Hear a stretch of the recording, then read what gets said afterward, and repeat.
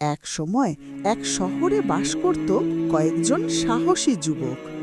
চারদিকে যখন মূর্তি পূজা চলছিল, তারা তখন এক আল্লাহর ওপর ঈমান এনে দৃঢ়ভাবে দাঁড়িয়েছিল।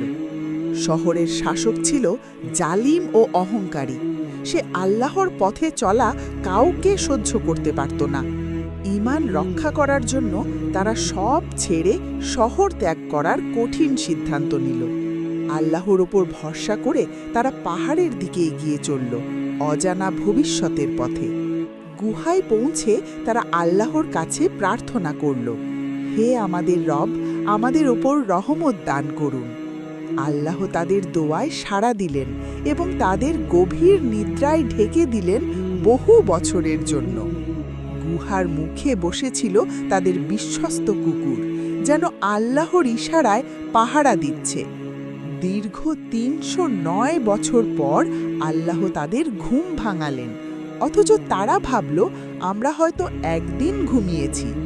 শহরে ফিরে তারা দেখতে পেল সব কিছু বদলে গেছে। মানুষ এখন এক আল্লাহর ইবাদত করে। এই ঘটনা প্রমাণ করে আল্লাহ যাকে চান, যেভাবে চান, ঈমানের সঙ্গে রক্ষা করেন।